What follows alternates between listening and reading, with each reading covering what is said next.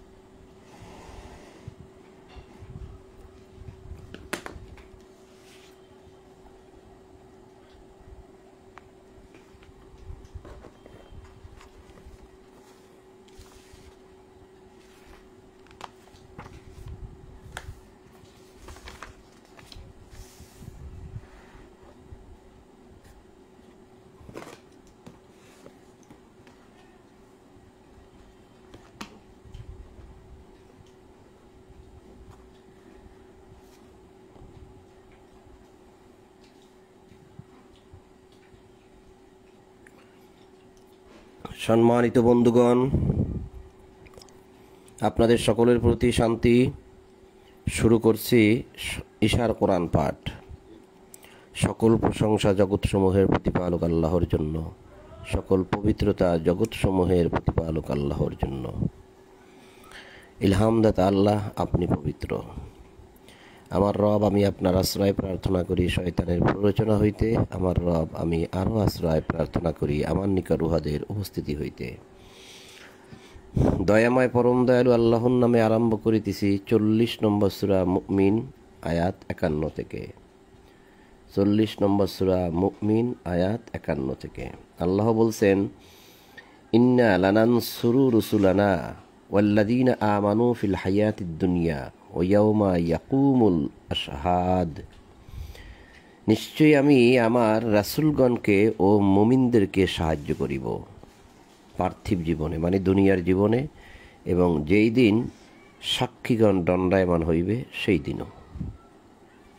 এখন আল্লাহ বললেন যে যারা ইমান আনে, আমানু, ইন্না লানানসুরু, আল্লাহ সাহায্য করবেন, রসুলানা, আমাদের রসুলদেরকে আমরা সাহায্য করব, আল্লাযীনা আমানু, আর যারা ইমান এনেছে, এখানে অনুবাদে যদিও মুমিন দেওয়া হয়েছে, যারা ইমান এনেছে, আমানু, তাহলে রসুল এবং আমানু ইমানদারদেরকে আল্লাহ সাহায্য করবেন ফিল হায়াতিদ দুনিয়া, এই দুনিয়ার জীবনে।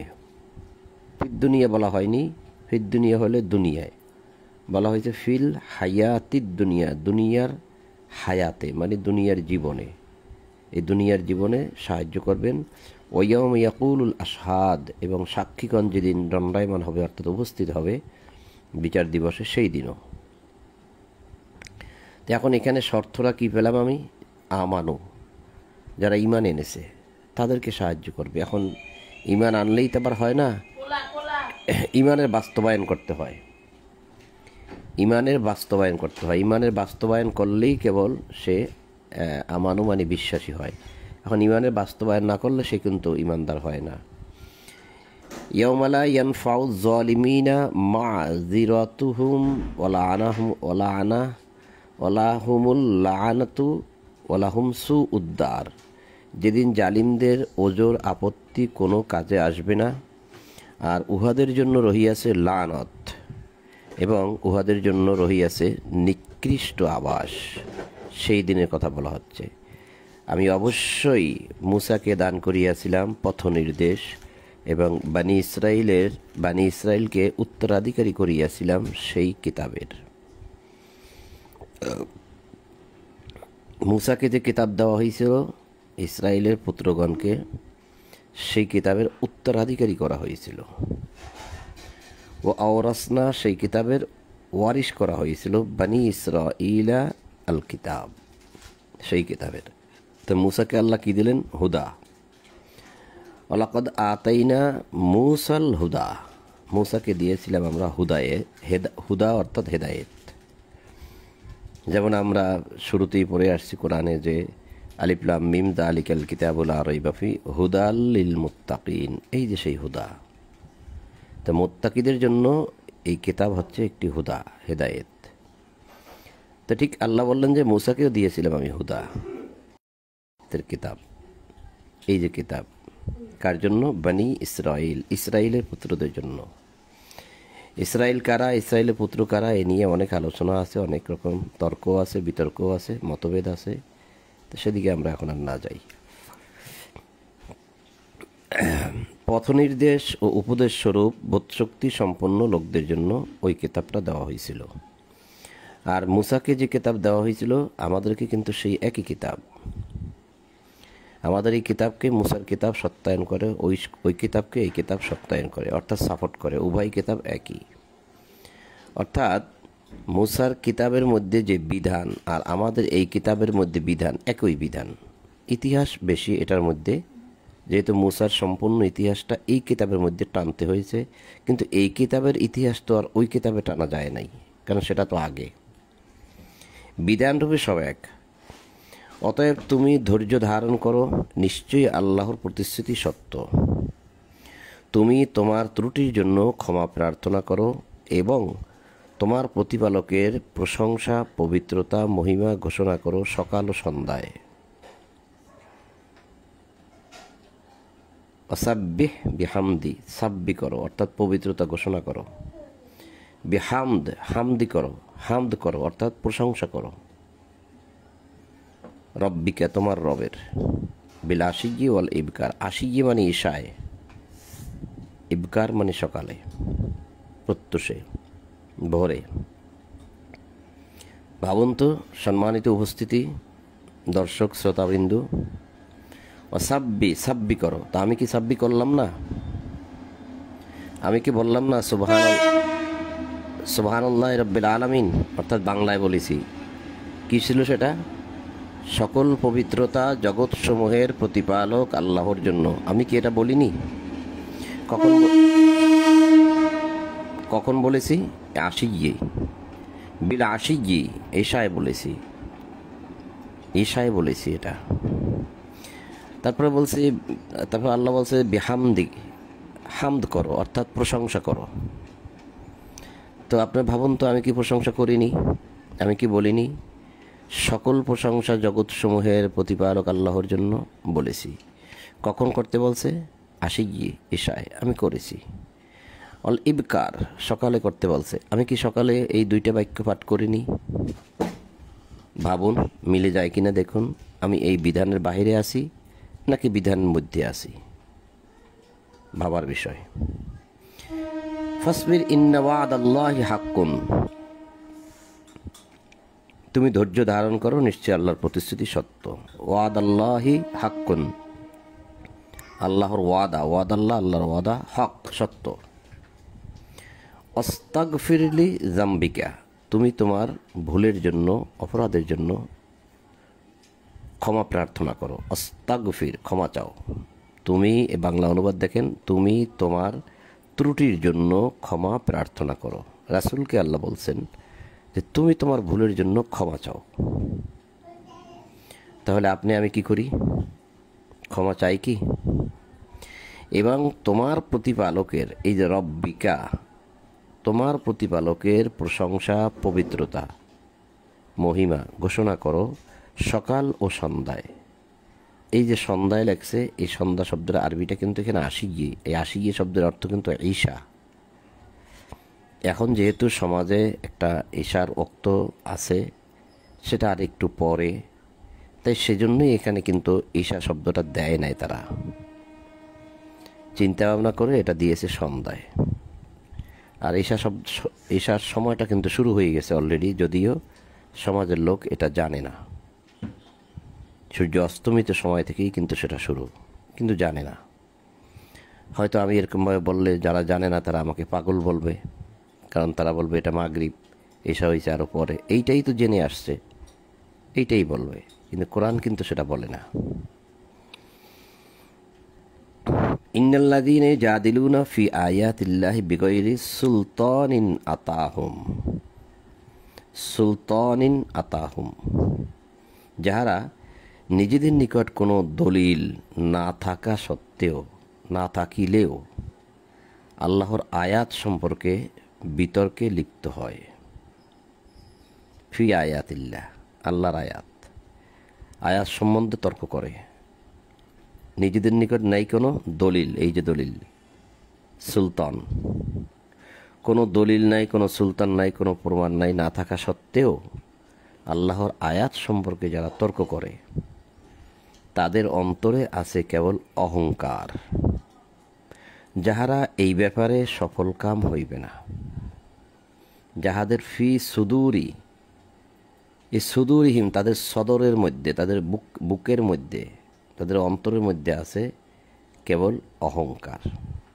আল্লাহ বলছে, আমি বলি না, এই যে কিবরুন, বরত্ব, আমিত্ব, অহমিকা, অহংকার, দাম্ভিকতা তাদের অন্তরে আছে, তাদের মধ্যে আছে, তাদেরকে পাওয়া যাচ্ছে।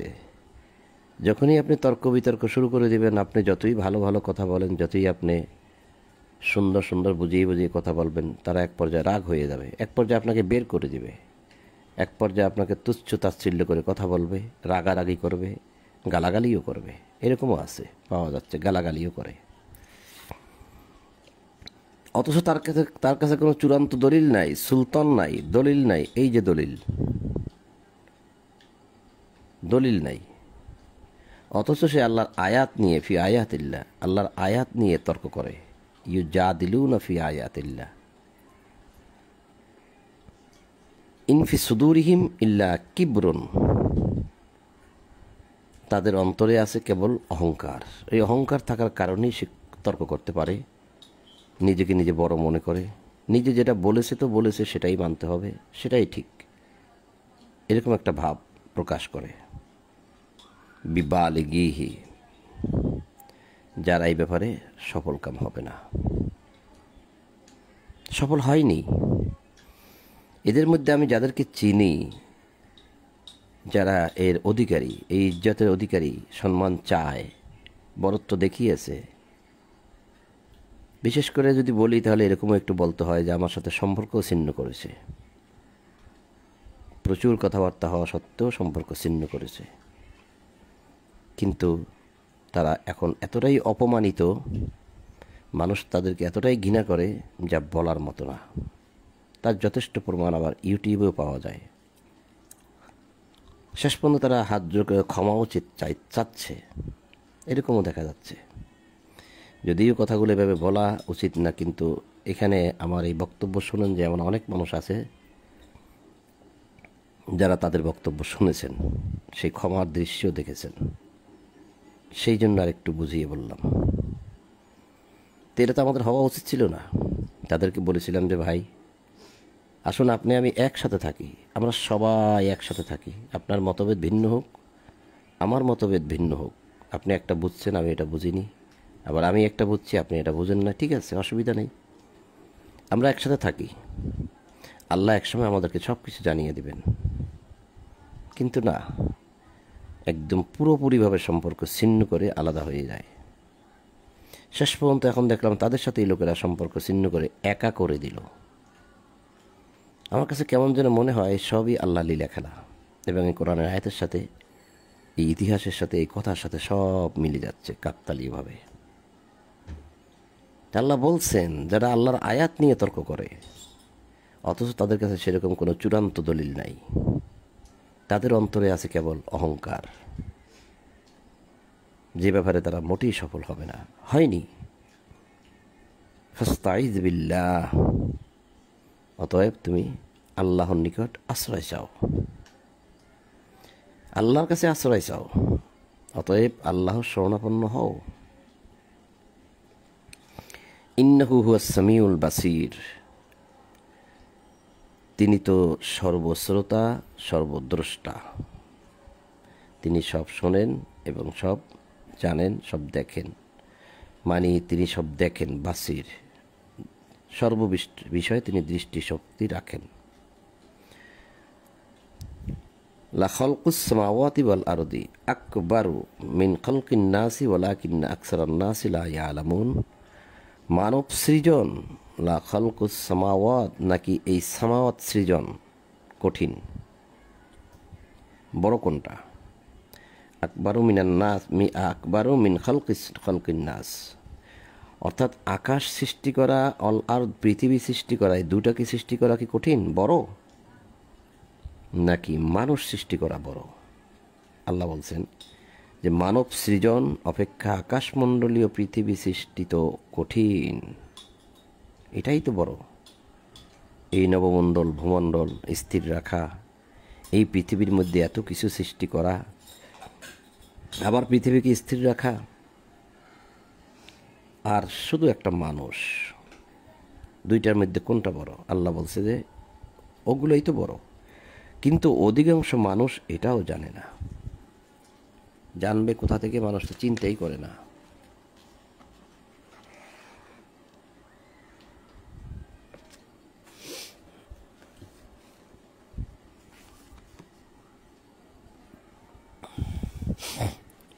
সমান নয় অন্ধ ও চক্ষুষ্মান,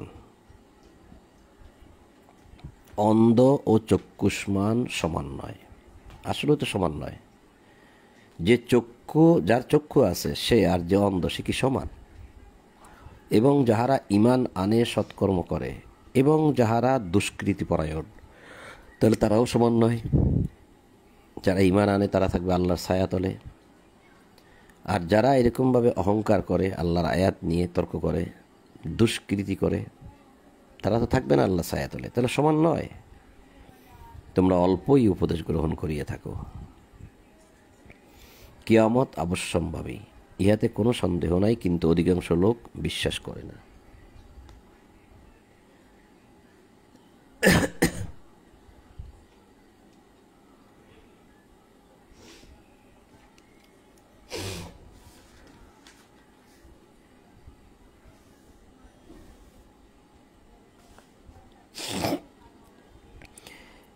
কিয়ামত অবশ্যই আসিবে, খুবই নিকটবর্তী, ইহাতে কোনো সন্দেহ নাই, কিন্তু অধিকাংশ লোক ইহা বিশ্বাস করে না। তোমাদের প্রতিপালক বলেন, তোমরা আমাকে ডাকো, আমি তোমাদের ডাকে সাড়া দেব। যাহারা অহংকার বশে আমার ইবাদতে বিমুখ, উহারা অবশ্যই জাহান্নামে প্রবেশ করিবে লাঞ্ছিত হইয়া। তো অহংকার করে যারা ইবাদত থেকে বিমুখ, যাহারা অহংকার করে আমার ইবাদতে বিমুখ হয়, তারা অবশ্যই জাহান্নামে প্রবেশ করবে। তো এখন অহংকার কি করে? ইবাদতে কিভাবে অহংকার হলো? অর্থাৎ আল্লাহকে ডাকতে হবে বিশুদ্ধ চিত্ত হইয়া, একনিষ্ঠ হইয়া, খাস করে বিনীত হইয়া। যদি সেটা করা না যায় তাহলেই সে অহংকারী। আল্লাহকে ডাকার ক্ষেত্রে একদম অনুনয় বিনয় করেই ডাকতে হবে। তো অনুনয় বিনয় করে যদি তাকে ডাকা হয় এবং তার কাছে নিজেকে সমর্পণ করা হয়, আত্মসমর্পণ করা হয়, তাহলে তার প্রতিটি আদেশ নিষেধ হুবহু পালন করতে হয়। তাহলে বোঝা যায় সে অহংকারী নয়। আর যেনতেনভাবে ডাকা আর যেনতেনভাবে ইবাদত করা এবং কোনো কোনো বিধান পালন করা আবার না করা, একটা ভাবের মধ্যে থাকা, আসলে সেটা অহংকার প্রকাশ পায়। তাহলে সে ইবাদতে বিমুখ, তাহলে তারা জাহান্নামে যাবে। সে কথাই বলা হইল যে উহারা অবশ্যই জাহান্নামে প্রবেশ করিবে লাঞ্ছিত হইয়া। তোমাদের প্রতিপালক বলেন, তোমরা আমাকে ডাকো, আমি তোমাদের ডাকে সাড়া দেব। অকলা রব্বুকুম, বলেন তোমাদের রব, উদউনি আস্তাজিব লাকুম, আমাকে ডাকো, আমি সাড়া দেব। ইন্নাল্লাযীনা ইয়াস্তাকবিরুনা, এই যে তাকাব্বার শব্দটা আসছে, অহংকার, আন ইবাদাতি, আমার বান্দাদের মধ্যে বা আমার ইবাদতের মধ্যে যারা অহংকার, সাইয়াদখুলুনা জাহান্নামা দাখিরিন, সাইয়াদখুলুনা জাহান্নামা, তারাই যাবে জাহান্নামে। তো এটা যেমন এখানে বলছে তোমাদের প্রতিপালক বলেন, তোমরা আমাকে ডাকো, আমি তোমাদের ডাকে সাড়া দেব। এটা আপনি সূরা বাকারার 186 নম্বর আয়াতেও পাবেন। ওয়াইদা সাআলাকা ইবাদি আন্নী ফাইন্নী করিব উজিবু দাওয়াতাদ দাঈ ইযা দাআন, আমার বান্দাগণ যখন আমার সম্পর্কে জিজ্ঞাসা করে, বলো আমি তো নিকটে। তাহারা যখন আমাকে ডাকে, আমি তার ডাক শুনি, তারাও আমার ডাকে সাড়া দিক, বলছে আল্লাহ। সূরা বাকারা 186 নম্বর আয়াত, যার প্রয়োজন সে দেখে নিতে পারেন। আল্লাহই তোমাদের বিশ্রামের জন্য সৃষ্টি করিয়াছেন রাত্রিকে এবং আলোক উজ্জ্বল করিয়াছেন দিবসকে। তাহলে রাত্রি হচ্ছে বিশ্রামের জন্য, আমি বলিনি, আল্লাহ বলছেন। এই কথার ভিত্তিতে তাহলে আপনার আমার উচিত, যখন রাত শুরু হয় তখন সমস্ত কর্ম ফেলে বিশ্রামে চলে যাওয়া উচিত। কিন্তু আমরা এই আল্লাহর আদেশকে অমান্য করে রাতের বেলা কি পরিমাণ উপার্জন করা যায় এবং আনন্দ উল্লাস করা যায়, তার জন্য বিভিন্ন প্রোগ্রাম, বিভিন্ন অনুষ্ঠান এবং বিভিন্ন রকম এই যে কলকারখানা, মিল, ফ্যাক্টরি, ইন্ডাস্ট্রি তৈরি করেছি। কেন করেছি? আল্লাহর এই আদেশকে আমরা মানি নাই, প্রত্যাখ্যান করেছি। তো যে জাতি, যে সম্প্রদায় আল্লাহর আদেশকে প্রত্যাখ্যান করে, তাদেরকে আল্লাহ সৎপথ দেখাবে কেন? তারা জান্নাতে যাবে কেন? আল্লাহ সরাসরি বলে দিলেন যে আল্লাহই তোমাদের জন্য, তোমাদের বিশ্রামের জন্য সৃষ্টি করিয়াছেন রাত, বিশ্রামের জন্য। সারাদিন কর্ম হবে, রাতে বিশ্রাম হবে। দিন এবং রাতের এই যে একটি আলো অন্ধকার সময়, অন্ধকার এবং আলোর সংমিশ্রণের সময়, এই যে এই সময়টা কিছু কিছু সামান্য অন্ধকারে দেখা যায়, সন্ধ্যার সাথে সাথেই কিছু দেখা যায়, এই যে আলো অন্ধকারের সংমিশ্রণের সময়। আবার যখন ফজরের সাথে সাথেই যখন ভোর প্রত্যুষ বা সুবে সাদেক, সেই সময়টাও, এই দুটি সময়কেই আল্লাহ নির্দিষ্ট করেছেন তার সালাতুল ফজর, সালাতুল ইশা, কোরআন তেলাওয়াত, তাকে ডাকা, সালাত, প্রার্থনা, দোয়া, প্রশংসার জন্য। কিন্তু এটাও মানুষ জানে না, কারণ মানুষ তার সিস্টেমকে পরিবর্তন করে ফেলছে সর্বদিক দিয়ে। আল্লাহ সুন্দর করে মানুষ সৃষ্টি করেছেন, বলছেন সূরা 3-এর 4 নম্বর আয়াতে যে লাকাদ খালাকনাল ইনসানা ফি আহসানি তাকওয়িম। অথচ তার সেই সৃষ্টির সৌন্দর্যকে বিকৃত করে ফেলা হচ্ছে খতনা করে। তা আল্লাহ কি সেটা জানতেন না যে আমার সৃষ্টিটা সুন্দর হয়নি, তাই আমি ওটাকে সুন্দর করতেছি? আল্লাহ কি জানতেন না যে এটা উপযুক্ত হয়নি, তাই আমি উপযুক্ত করতেছি? অর্থাৎ তার সৃষ্টিকেও আমরা বিকৃত করতেছি, নাক ফুটা করতেছি, কান ফুটা করতেছি, জিহ্বা ফুটা করতেছি, ভুরু ফুটা করতেছি, ইত্যাদি, ঠোঁট ফুটা করতেছি, ইত্যাদি ইত্যাদি। বুঝাইতে চাইলাম যে মানে তার সমস্ত সিস্টেমকেই আমরা পরিবর্তন করে দিয়েছি। আল্লাহ বলছেন রাত দিয়েছি তোমাদের বিশ্রামের জন্য, আমরা বলছি না রাত 12টা পর্যন্ত কাজ করব, আবার নাইটে কাজ করব সারা রাত। সিস্টেম পরিবর্তন। সামনে গেলে আমরা পড়ব, তারপরে এখন একটু দেখে আসি সূরা মুজ্জাম্মিল।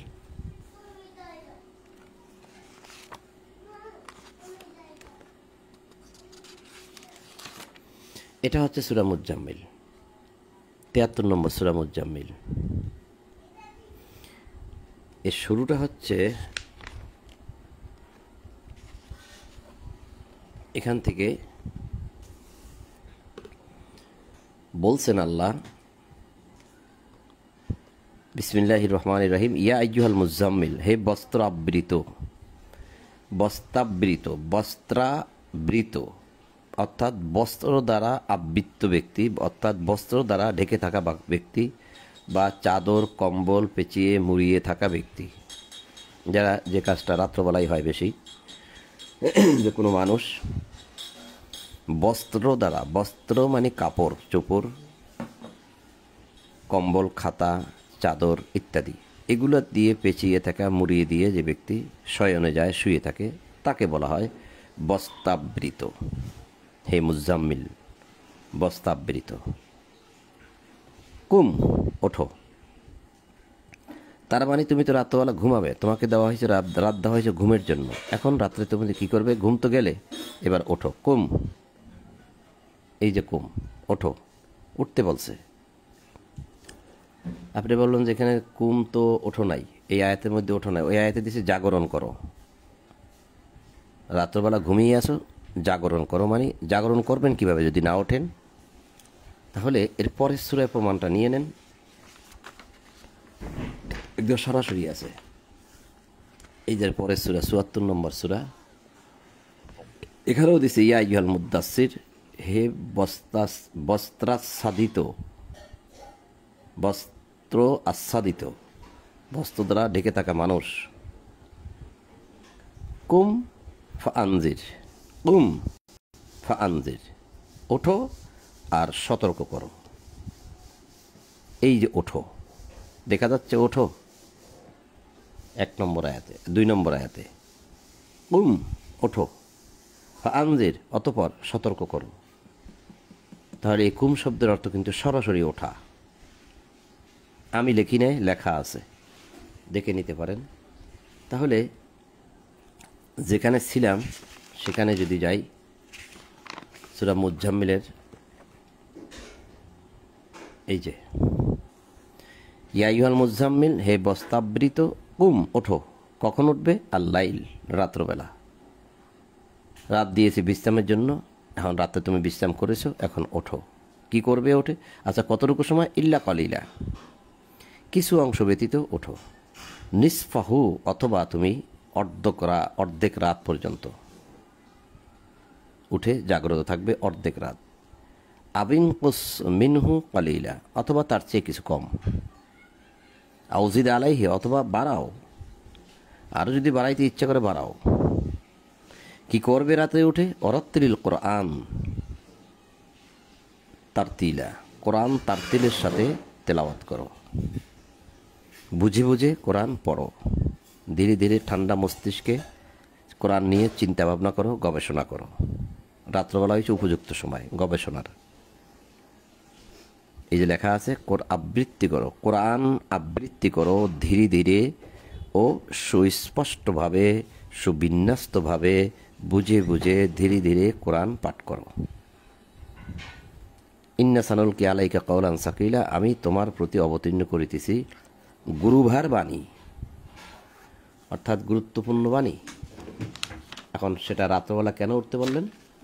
এখন ব্যাখ্যা দিচ্ছেন আল্লাহ যে কেন রাত্রবেলা উঠতে বলছি। অবশ্যই দলনে, এই দলনটা কি? দিনের দলন।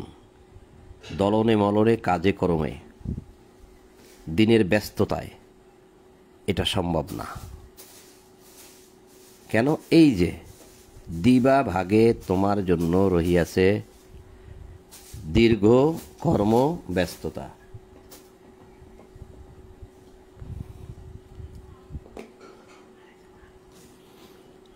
দিবা ভাগে মানে দিনের বেলায় তোমার জন্য রয়েছে দীর্ঘ কর্মব্যস্ততা, দীর্ঘ একদম সকাল থেকে সন্ধ্যা পর্যন্ত।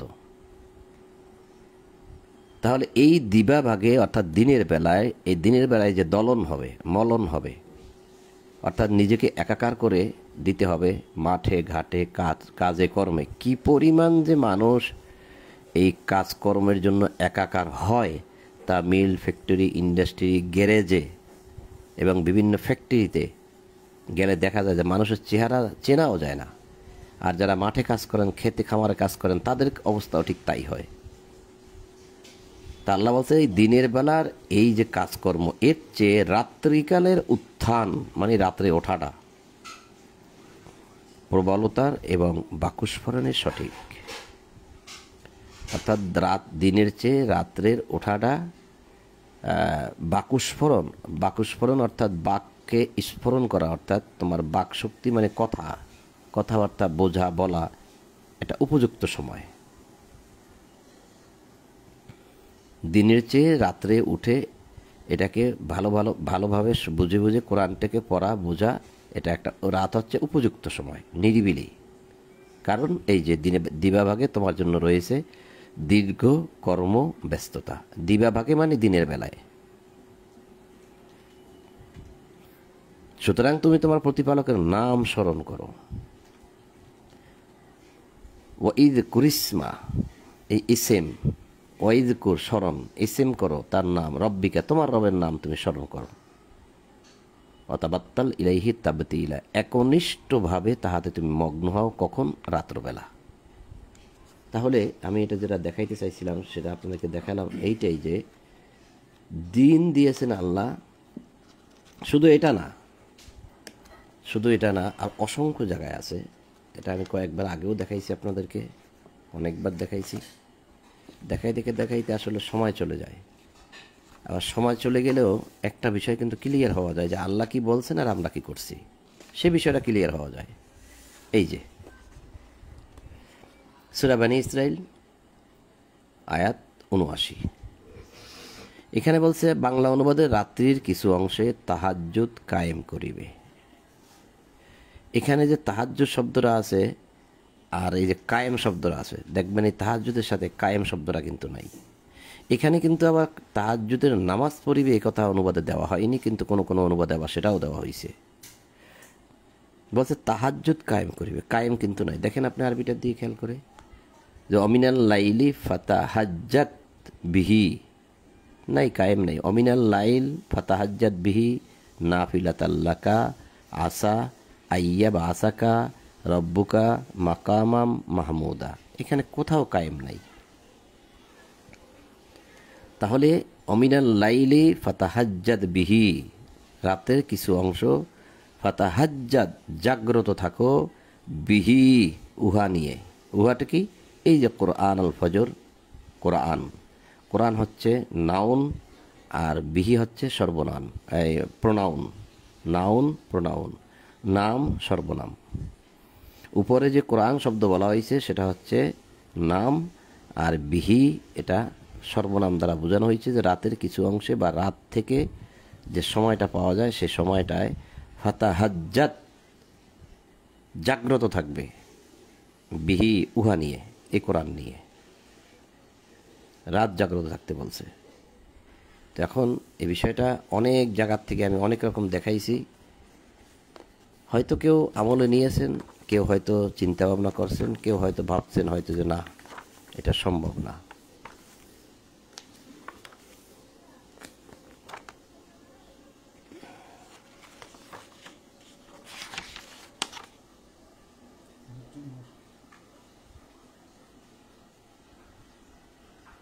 হুম,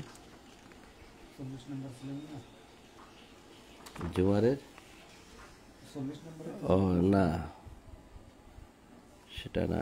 আমি এখানে আরেকটা জিনিস খোঁজ করতেছিলাম, এটা একটু বের করে তো। ঝুমারের 13, ঝুমারটা বের করো। আরেকটা আমি দেখাই আপনাদেরকে, সূরা আল ইমরানের। এটা কয়েকদিন আগেও একবার দেখাইছি।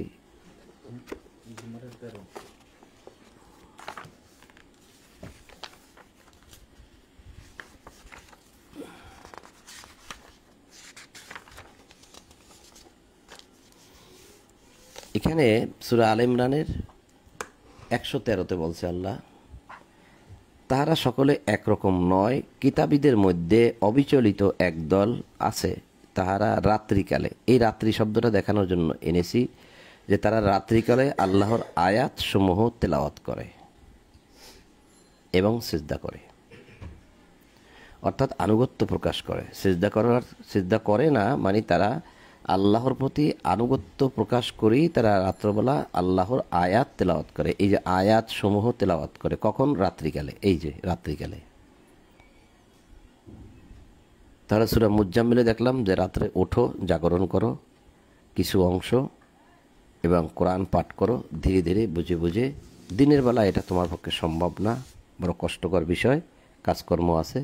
রাত্রে উঠে এটা পড়া উপযুক্ত সময়। সেই রাত্রবেলা আয়াতসমূহ তেলাওয়াত করতে হবে।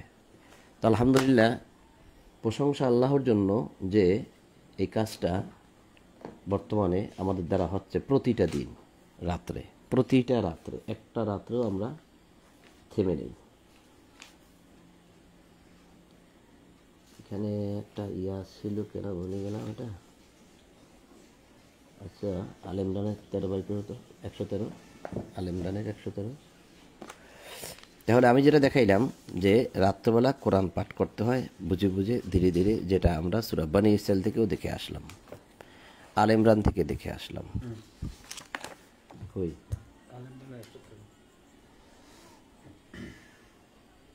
নয়, আচ্ছা পাইছি।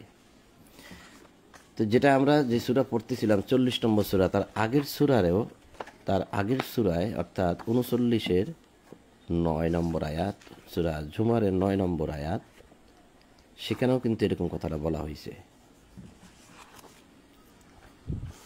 এই হচ্ছে সূরা জুমার। সূরা জুমার 39 নম্বর সূরা 9 নম্বর আয়াতে আল্লাহ বলছে যে ব্যক্তি রাত্রির বিভিন্ন প্রহরে সিজদা অবনত হইয়া দাঁড়াইয়া আনুগত্য প্রকাশ করে। কখন? রাত্রির। এই দেখেন, রাত্রির বিভিন্ন প্রহরে, অর্থাৎ রাত্রির বিভিন্ন সময়। ওই যে আল্লাহ বললেন ওঠো, 1/3, অর্ধাংশ, নিসফাহ, বা আরও কম, আরও বেশি, বিভিন্ন সময়। আখিরাতকে ভয় করে, তাহার প্রতিপালকের অনুগ্রহ কামনা করে, সে কি তাহার সমান যে তাহা করে না? এবং যাহারা জানে এবং যাহারা জানে না তারাও কি সমান? বোধশক্তি সম্পন্ন লোকেরাই কেবল উপদেশ গ্রহণ করে। যারা উলুল আলবাব তারাই হচ্ছে বুদ্ধিমান, তারা হচ্ছে বোধশক্তি সম্পন্ন, তারাই বোধ রাখে, জ্ঞান রাখে বোঝার জন্য। তো যে ব্যক্তি রাত্রির বিভিন্ন প্রহরে আনুগত্য প্রকাশ করিয়া ওঠে, দাঁড়িয়ে থাকে, প্রতিষ্ঠিত থাকে, আনুগত্য প্রকাশ, সিজদা অবনত হয়ে মানে আনুগত্য প্রকাশ করিয়া প্রতিষ্ঠিত থাকে, মানে প্রতিটা রাত্রেই সে যেহেতু এটা পাঠ করে, তাহলে সে এই প্রতিটা রাত্রেই সে প্রতিষ্ঠিত আছে, কারণ সে আখিরাতকে ভয় করে, তার প্রতিপালকের অনুগ্রহ আশা করে। তো এই কাজগুলা রাত্রের বিভিন্ন প্রহরে। এখানে কি লেখছে? রাত্রের বিভিন্ন জাম লেখে না, জামে লেখছে না, রাত্রে বিভিন্ন জামে। এটা ইসলামিক ফাউন্ডেশন আগের, আর এটা হচ্ছে পরের। এখানে বিভিন্ন প্রহর দিয়েছে, কিছু কিছু সংশোধন করছে আর কি। তো আমি একটা বিষয়কে বলার জন্য চলে গেছিলাম ভিন্ন দিকে, বেশি একটা পড়া হয়নি। কোন রাত থেকে গিয়েছিলাম? 40-এর 61 নম্বর আয়াত, সূরা মুমিন, সূরা মুমিন 40 নম্বর সূরা মুমিন আয়াত 61 থেকে আমি গিয়েছিলাম যে আল্লাহই তোমাদের বিশ্রামের জন্য সৃষ্টি করিয়াছেন রাত্রিকে, আর এই রাত্রবেলা বিশ্রাম করতে হবে, ঘুমাতে হবে, তারপরে আবার একটা সময় উঠে কোরআন তেলাওয়াত করতে হবে। যে আয়াতগুলো আমি আপনাদেরকে এতক্ষণ দেখাইলাম যে কোরআন তেলাওয়াত করতে হবে রাত্রে উঠে। এবার আপনার বিবেকের কাছে আপনি প্রশ্ন করুন এবং ডানে বায়ে তাকান তো, মানুষ কি রাত্রবেলা কোরআন পড়ে নাকি? কোনটা? 57 ও আচ্ছা, হ্যাঁ, তো রাত্রবেলা কি মানুষ কোরআন পড়ে নাকি মানুষ ইউটিউব, ফেসবুক, অনলাইনে থাকে? কেউ কেউ খেলাধুলায় থাকে, কেউ কেউ ব্যবসা বাণিজ্যতে থাকে, কেউ কেউ আবার ওই যে ডিউটিতে থাকে, কেউ কেউ মার্কেটিং করে, কেউ কেউ দোকানপাট খোলা রাখে। মানুষ কোনটা করে? রাত্রবেলা আল্লাহ কি করছেন? আমাদেরকে বিশ্রামের জন্য দিয়েছেন, কিন্তু আমরা আল্লাহর এই সিস্টেমকে পরিবর্তন করে যখন আমরা খেয়াল খুশি মতো নিজেদের জীবন ব্যবস্থা তৈরি করে নিলাম, আল্লাহর দেওয়া জীবন ব্যবস্থা বাদ দিলাম, তখন আমাদের মধ্যে অশান্তি, রোগ ব্যাধি এবং হাই হুতাশ এবং খুন খারাপি, দুর্নীতি সব কিছুতে আমরা লিপ্ত হয়ে গেলাম। কারণ আল্লাহর দেওয়া জীবন ব্যবস্থা প্রত্যাখ্যান করলাম। সারাদিন কর্ম করব, সন্ধ্যায় ঘরে আসব,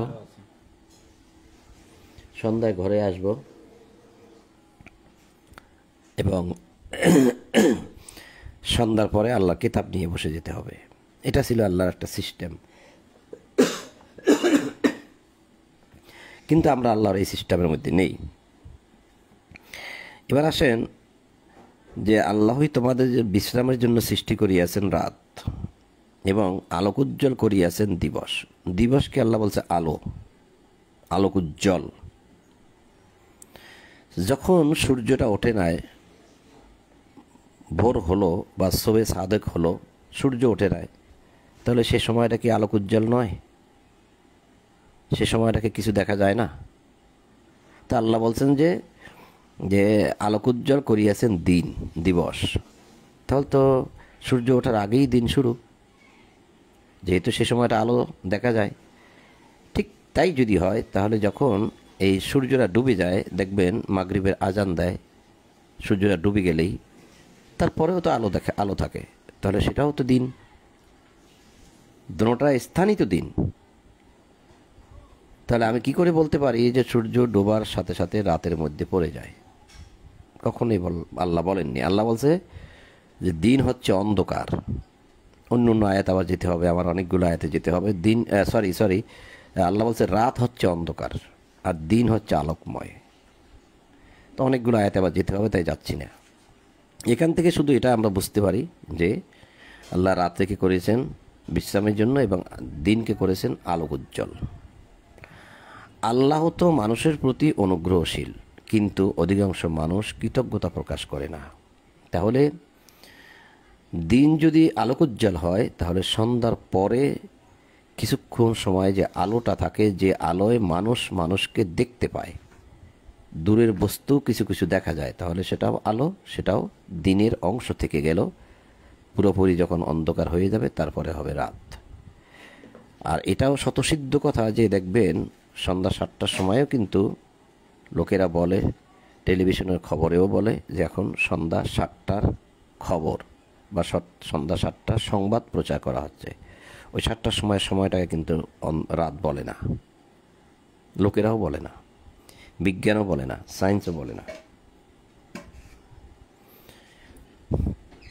তিনি আল্লাহ তোমাদের প্রতিপালক। জালিকুমুল্লাহু রব্বুকুম, জালিকুমুল্লাহ, এই কাজগুলো যিনি করেছেন, বিশ্রামের জন্য আমাদেরকে রাত দিয়েছেন, দিনের জন্য আমাদের দিন দিয়েছেন আলোক উজ্জ্বল স্বরূপ, এবং যিনি বলেছেন যে তোমরা আমাকে ডাকো, আমি তোমাদের ডাকে সাড়া দেব, এই যিনি বলেছেন, এই যে কথাগুলো এতক্ষণ ধরে বলা হচ্ছে, তিনি পরিচয় দিচ্ছেন জালিকুমুল্লাহ, এই হচ্ছে তোমাদের আল্লাহ। জালিকুম, তোমাদের আল্লাহ, জালিকা, ইহাই, এই তা আমি একটু সুন্দর করে গঠনমূলক কথাটা বলার জন্য বলছি, এই হচ্ছে তোমাদের আল্লাহ। কে? এই যে কথাগুলো বলছেন এবং যিনি সৃষ্টি করে দিয়েছেন তিনি। তো এই দাবি তো কেউ করে না যে আমরা সৃষ্টি করেছি, আমি সৃষ্টি করেছি, আমি আকাশ সৃষ্টি করেছি, জমিন সৃষ্টি করেছি, মানুষ সৃষ্টি করেছি, এই দাবি তো কেউ করে না। যেহেতু কেউ দাবি করে না, একজন মাত্র দাবি করেছে। তিনি আবার বলছেন যে এই যিনি দাবি করছেন, যিনি এগুলো সৃষ্টি করেছেন, তিনি হচ্ছেন তোমাদের আল্লাহ। তুমি আল্লাহকে খুঁজতেছো? সৃষ্টির দিকে তাকাও। এই সৃষ্টির দিকে তাকাইলেই তুমি তোমার স্রষ্টাকে খুঁজে পাবে। আমরা পরে আসছি পিছনে, একটুখানি দেখাই একটা আয়াতের সামান্য একটু অংশ, 24 নম্বর সূরা নূরের 35 নম্বর আয়াত, একটুখানি দেখাবো। এই যে আল্লাহু নূরুস সামাওয়াতি ওয়াল আরদ, শুধু এতটুকুই দেখাবো। এটা বিশাল ব্যাপার। এখানে যে কথাগুলো আছে, যা যদি কেউ বোঝে তাহলে তার গায়ের পশম দাঁড়িয়ে যাবে। তা আমি শুধু এইটুকু দেখাবো। আল্লাহু নূরুস সামাওয়াতি ওয়াল আরদ, আল্লাহ আকাশমণ্ডলীয় পৃথিবীর জ্যোতি, মানে নূর, মানে আলো। আল্লাহ নূর, আল্লাহ হচ্ছেন নূর। কিসের? সামাওয়াত, আকাশমণ্ডলী, আল আর্দ, এবং পৃথিবী। তাহলে এই দুটির দিকে যদি আমরা তাকাই তাহলে আল্লাহর নূর দেখতে পাই, আল্লাহর আলো দেখতে পাই, মানে এগুলো আল্লাহ সৃষ্টি করেছেন। তো এগুলো যিনি সৃষ্টি করেছেন তিনি হচ্ছেন তোমাদের আল্লাহ। এইগুলোই হচ্ছে আল্লাহর নূর, যেগুলো দেখা যায়, আল্লাহর আলো। সেটাই আমি এখানে বলেছিলাম যে জালিকুমুল্লাহ রব্বুকুম, এই হচ্ছেন তোমাদের আল্লাহ, যিনি আকাশমণ্ডলী পৃথিবী সৃষ্টি করেছেন। খালিকু কুল্লি শাই, একদম সব কিছু সৃষ্টি করেছেন, সব কিছুর স্রষ্টা। কুল্লি শাই, শাই মানে যা কিছু আছে, অল ইন অল। কুল্লি একদম প্রত্যেক বিষয়, শাই ইন যা কিছু, খালেক তিনি হচ্ছেন সব কিছুর খালেক, মানে স্রষ্টা বা সৃষ্টিকর্তা। কে? রব্বুকুম, তোমাদের রব, তোমাদের প্রতিপালক, তোমাদের লালন পালন কর্তা, তোমাদের পালনকর্তা, তোমাদের পরওয়ারদিগার। লা ইলাহা ইল্লাহু, তিনি ব্যতীত কোনো ইলাহ নাই। লা ইলাহা, ইলাহ, ইলাহ, এখানে বলছে ইলাহ নাই। তাহলে হলো কি? আরবিতেও ইলাহ, বাংলায়ও ইলাহ। তাই ইলাহ শব্দের অর্থ প্রকাশ পেল। আমরা কিছু বুঝলাম? কিছুই বুঝলাম না। তাহলে হয় কি? লা মানে নেই, ইলাহ কোনো ইলাহ নেই, অর্থাৎ কোনো মান্য নাই, মানা যায় এমন কেউ নেই। ইল্লাহুয়া, তিনি ব্যতীত, কারণ তিনি তো স্রষ্টা, খালিক। রব্বুকুম, তোমাদের রব। জালিকুমুল্লাহ, এই হচ্ছে তোমাদের আল্লাহ। তো এই তোমাদের আল্লাহ, এই তোমাদের রব, এই তোমাদের স্রষ্টা, তাই যদি হলো তাহলে তাকে ছাড়া কি আর অন্য কাউকে মানা যায়? লা ইলাহা, নেই কোনো মান্য, ইল্লাহুয়া, তিনি ব্যতীত, মানা যায় এমন কেউ নাই তিনি ব্যতীত। তাই হয় কি? সর্বক্ষেত্রে সমস্ত আইনদাতা, বিধানদাতা, হুকুমদাতা, আদেশদাতা তিনি, যিনি হচ্ছেন ইলাহ। তাহলে নেই কোনো আইনদাতা, বিধানদাতা, ইল্লাহুয়া, তিনি ব্যতীত। অনেক রকম কথাটাকে ঘুরিয়ে ঘুরিয়ে বলা যায়, তবে লা ইলাহা ইল্লাহু এর প্রধানত অর্থ যেটা হয় আমার বুঝে আসছে যে নেই কোনো মান্য আল্লাহ ছাড়া, অর্থাৎ কারো আইন মানা যাবে না, কারো বিধান মানা যাবে না, কারো হুকুম মানা যাবে না। আল্লাহকে পাওয়ার জন্য, ইবাদত করার জন্য, দাসত্ব করার জন্য কারো কথাই শোনা যাবে না ইল্লাহুয়া, তিনি ব্যতীত, আল্লাহ ছাড়া কারো কথা মানা যাবে না। ইবাদতের ক্ষেত্রে কারো কথা মানা যাবে না আল্লাহ ছাড়া। ফাআন্না তুফাকুন, তোমাদিগকে কোথায় ফিরাইয়ে নেওয়া হইতেছে? আমাদেরকে ফিরিয়ে নেওয়া হয়েছে আল্লাহর এই কিতাবকে বাদ দিয়ে। মানুষের তৈরি করা যত কিতাব আছে, সেই কিতাবের মধ্যে যত রকম আইন, বিধান, হুকুম, হাকাম দেওয়া হয়েছে, সেগুলোর মধ্যে আমাদেরকে ফিরিয়ে নেওয়া হয়েছে, যেটা আমি দেখতে পাচ্ছি। এভাবেই বিপদগামী করা হয়, ফিরিয়ে নিয়ে যাইয়া আমাদেরকে ফিরিয়ে নিয়ে বিপদগামী করা হয় আমাদেরকে। যে এভাবেই বিপদগামী করা হয় তাহাদিওকে, যাহারা আল্লাহর আয়াতকে অস্বীকার করে। বি আয়াতিল্লাহ, আল্লাহর আয়াতকে অস্বীকার করে, যারা বিশ্রামের জন্য রাতকে অস্বীকার করে, রাতের মধ্যেই সমস্ত সিস্টেম চালু করে দিল, তাহলে তারা আল্লাহর আয়াতকে অস্বীকার করলো, তাহলে তারা বিপদগামী হবে। এইভাবে তিনি বিপদগামী, এইভাবে তাহাদেরকে মানে মানুষকেই বিপদগামী করা হয়, তাহাদিওকে যাহারা আল্লাহর আয়াতগুলোকে অস্বীকার করে।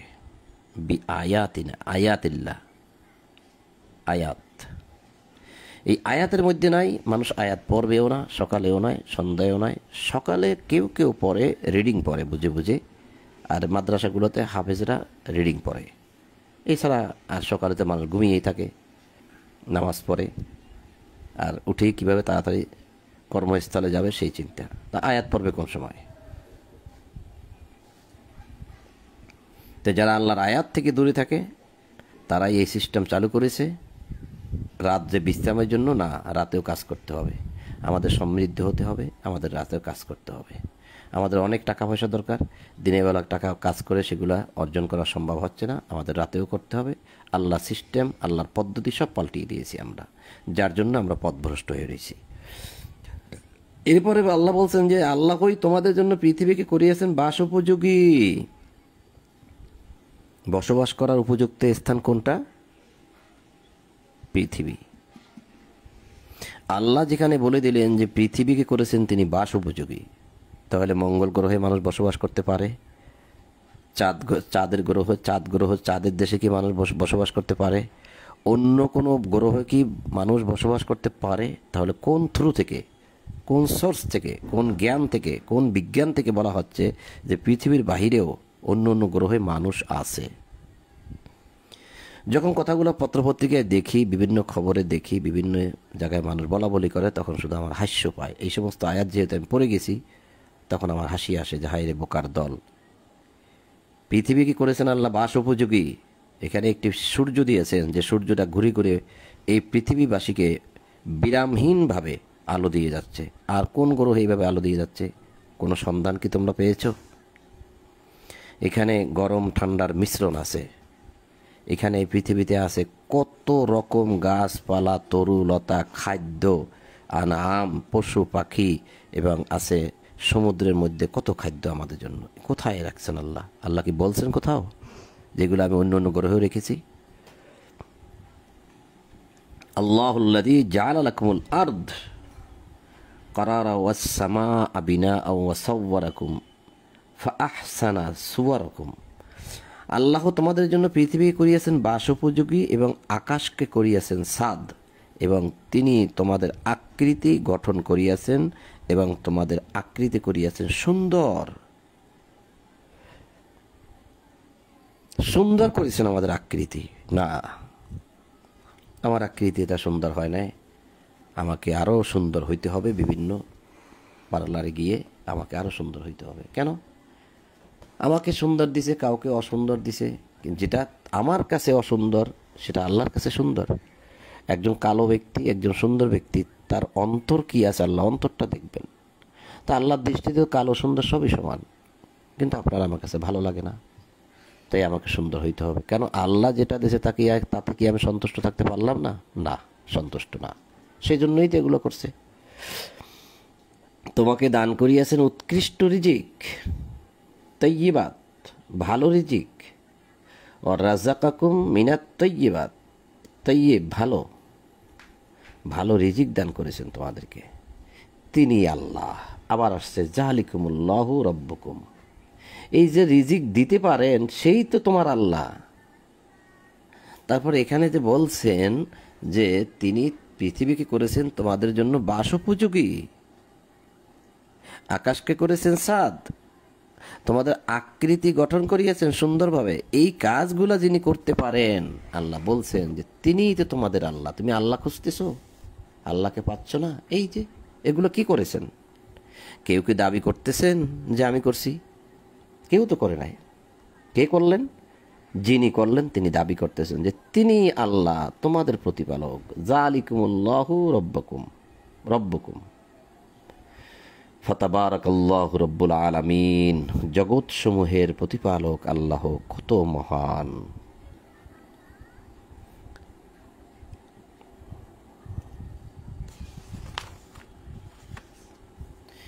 তিনি চিরঞ্জীব, হুয়াল হাইয়্যু, হায়াতওয়ালা। তিনি কিছুদিনের হায়াত নিয়ে আসছে তা নয়। হুয়াল হাইয়্যু লা ইলাহা ইল্লা হুয়া, তিনি ব্যতীত কোনো ইলাহ নেই, তিনি ব্যতীত কোনো মান্য নেই, তিনি ব্যতীত মানা যায় এমন কেউ নেই, তিনি ব্যতীত কারো আইন, কারো ইবাদতের দাসত্বযোগ্য হিসাবে কাউকে গ্রহণ করা যায়, কারো কাছে আত্মসমর্পণ করা যায়, কারো প্রতি আনুগত্য সেজদার অধিকারী নেই তিনি ব্যতীত কেউ। সকল আইনদাতা, বিধানদাতা, হুকুমদাতা তিনি ব্যতীত আর কেউ নেই। সুতরাং তোমরা তাহাকেই ডাকো, তাহার আনুগত্য করো। ফাদউহু মুখলিসিনা লাহুদ্দিন, ফাদউ তাকে ডাকো, মুখলিসিনা লাহুদ্দিন তারই আইনে, তারই দিনে, তারই জীবন ব্যবস্থায়, তারই দিনে, তারই আইনে, মুখলিসিন মুখলেস হয়ে, খাস হয়ে, একনিষ্ঠ হয়ে, লাহুদ্দিন তারই আইনে তাকে তোমরা ফাদউ ডাকো, ডাকো, তাকে ডাকো। আলহামদুলিল্লাহি রাব্বিল আলামিন, জগৎসমূহের প্রতিপালক আল্লাহরই। আচ্ছা, সকল প্রশংসা জগৎসমূহের প্রতিপালক আল্লাহরই। আমরা সূরা ফাতিহা শুরুতে দেখেছি আলহামদুলিল্লাহি রাব্বিল আলামিন। এখানে সরাসরি এটা 40 নম্বর সূরা মুমিন আয়াত 65-তে, সূরা মুমিন আয়াত 65-তে আল্লাহ সরাসরি বলছেন আলহামদুলিল্লাহি রাব্বিল আলামিন। নিজের প্রশংসা নিজেই করেছেন যে সকল প্রশংসা জগৎসমূহের প্রতিপালক আল্লাহর জন্য। জগৎসমূহ কেন? আলামিন, তিনি আলামিন। এই আলামিন কিন্তু বিশ্বাসী না। অনেক মানুষ বলে যে এটা হচ্ছে বিশ্বাসী না, আমিন অর্থ বিশ্বাসী। কোরআনে অসংখ্য আয়াতে আসছে, অনেক আয়াতে আসছে আমিন, আমিন অর্থ বিশ্বাসী। আর আলামিন শব্দটা আসছে আলম থেকে। আলম এক বচন, আলামিন বহু বচন। আলম বলা হয় পুরো জগৎটাকেই বলা হয় আলম। এই যে আমাদের যে আলম, যে আমাদের যে পৃথিবী, আলম জগৎ। আর আলামিন এইরকম আরও জগৎ, যত জগৎ আছে সমস্ত জগৎকে বলা হয় আলম। সেই সমস্ত জগতেরই একটি অংশ হচ্ছে পৃথিবী।